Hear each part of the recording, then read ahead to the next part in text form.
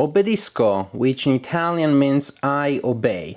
And the name of this game comes from its previous version, which was called indeed I Obey, and that was available for quite some years now for print and play. Now Atches has published a professional-looking version with nice-looking components, and well, today I'm going to tell a little bit about this. Obbedisco covers the Bezzecca campaign, which was part of the Third War of Independence in Italy, a war that Italy fought against Austria, again to reach independence.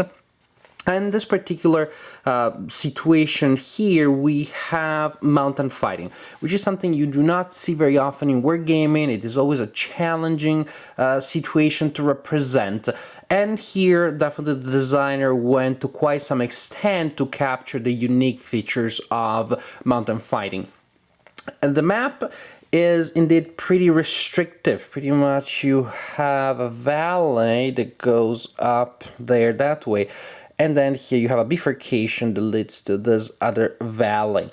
All along these valleys are little towns that the Austrians are trying to defend, and the Italians that are coming from that direction are trying to take control of. The Italians are trying to push as far, as deep as they can up on these valleys.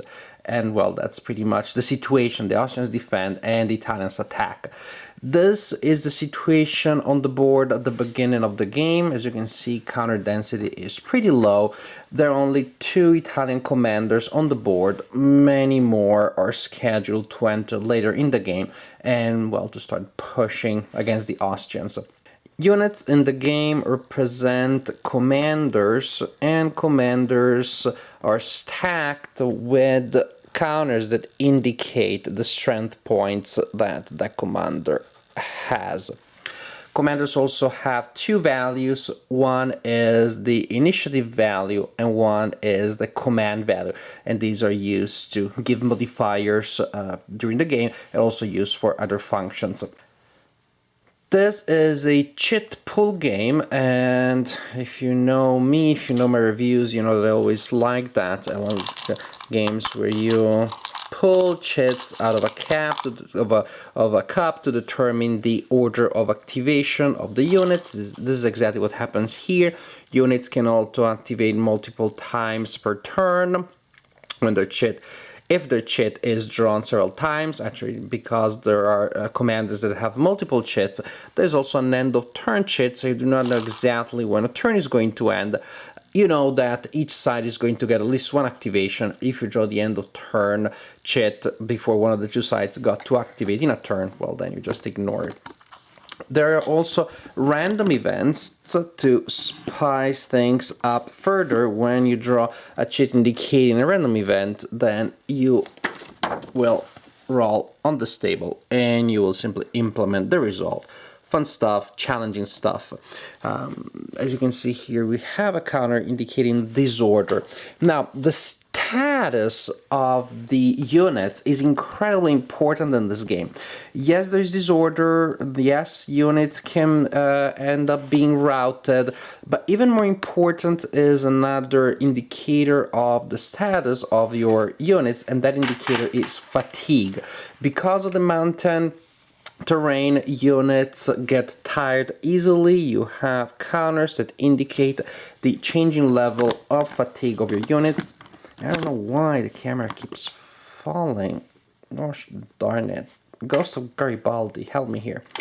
Fatigue. Fatigue is very important. Your units get tired quite easily. They get tired if they activate multiple times in a turn. They get tired when they assault. Certain types of terrain will get them tired. Fatigue is definitely a concern that you will have to constantly struggle with, and different levels of fatigue will impose different penalties on your units. The turn structure is really pretty basic. You will draw chits to activate your commanders. The activated commander gets to move together with the strength points that are stacked with him. The movement points that a commander receives are randomly determined. You activate the commander, you roll a die, you add the initiative value of the commander. There is a bonus in movement points if you move along roads, but you do not know in advance how far your commander is going to be able to go.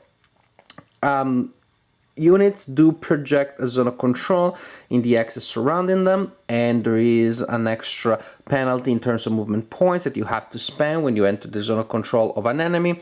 When you enter the zone of control of an enemy, as a function of movement, if you have enough movement points, you can also declare an attack. And combat is really quite simple.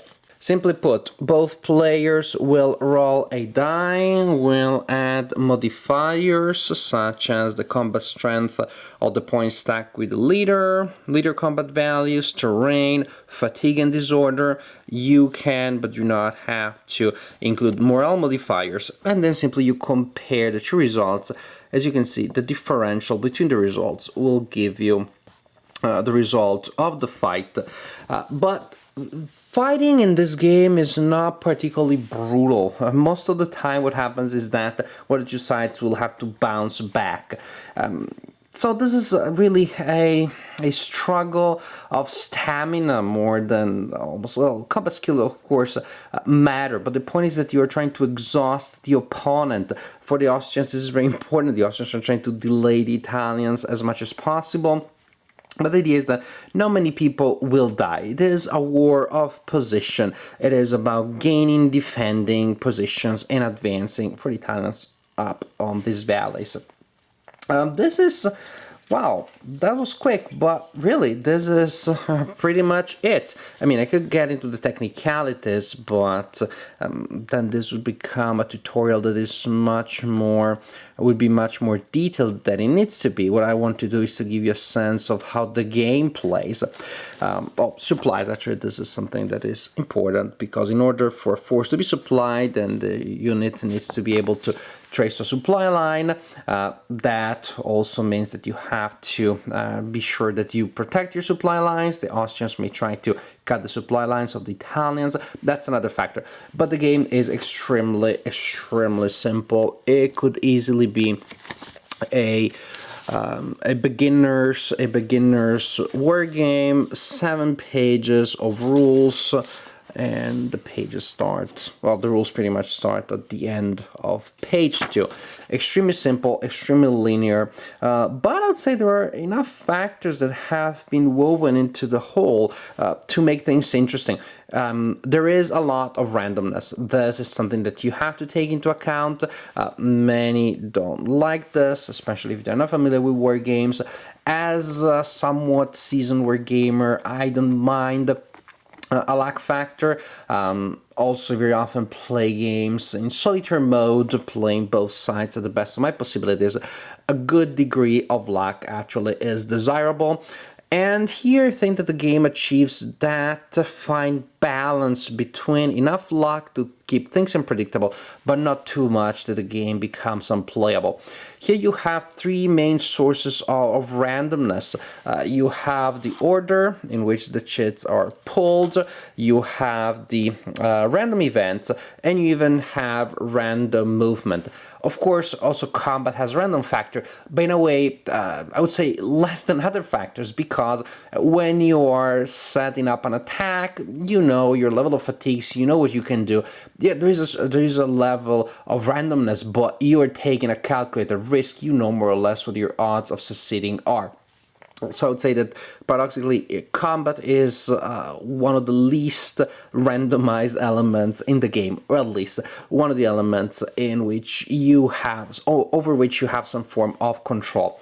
So this is a game that definitely works well as a solitaire game. You really do not know what's going to happen next, and to me that's a huge plus, because very often I just do not have the time to play with other gamers these days, or I should say these nights, because that's mainly when I play my games. If you're playing against an opponent, there may be moments of frustration. Not everybody will like it. Make sure that you choose the right opponent. The situation is very interesting, and it is an unusual one. The topic is one that hasn't been covered by other games, as far as I know.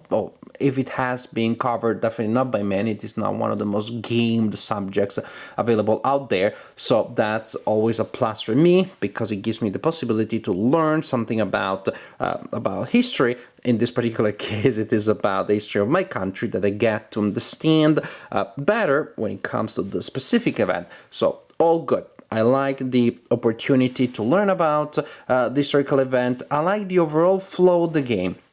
Replay value higher than you would expect when you see such a restrictive map, precisely because of the random factors and just because of different things that you can attempt from game to game. There are more subtleties than you would expect at first. So overall, Obbedisco is a small game, nothing epic, nothing that probably will make you think this is the best game ever, but it is a chance to learn about an interesting historical event that probably you do not know much about. It is a game that is solid. Mechanically speaking, I believe this is a solid game. It has a nice flow, it has interesting moments and surprises. It has one of my favorite mechanics, which is the chit pull. So, from me, 2 thumbs up. Give it a try. This is just another good game from Atches, a publisher that is not very well known, so they're not one of the majors, but pretty much everything I played with them, from them, published by them, was between solid good, and really, really good. This is somewhere in between. A little better than good, maybe not super excellent, but a good, solid war game.